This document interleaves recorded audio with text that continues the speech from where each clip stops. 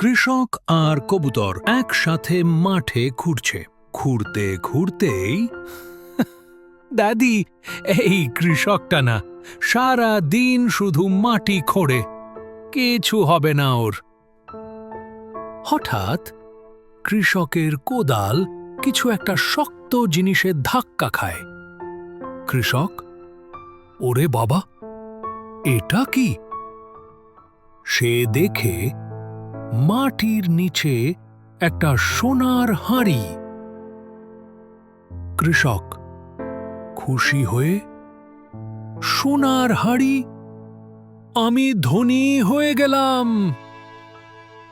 সে হাঁড়িটা বাড়িতে নিয়ে আসে, ঢাকনা খোলে, অবাক হয়ে দেখে হাঁড়ির ভিতরে তো একটা ছোট্ট আম গাছ গজিয়ে উঠেছে। কৃষক হাঁড়ির গাছটা উঠিয়ে মাঠে লাগিয়ে দেয়।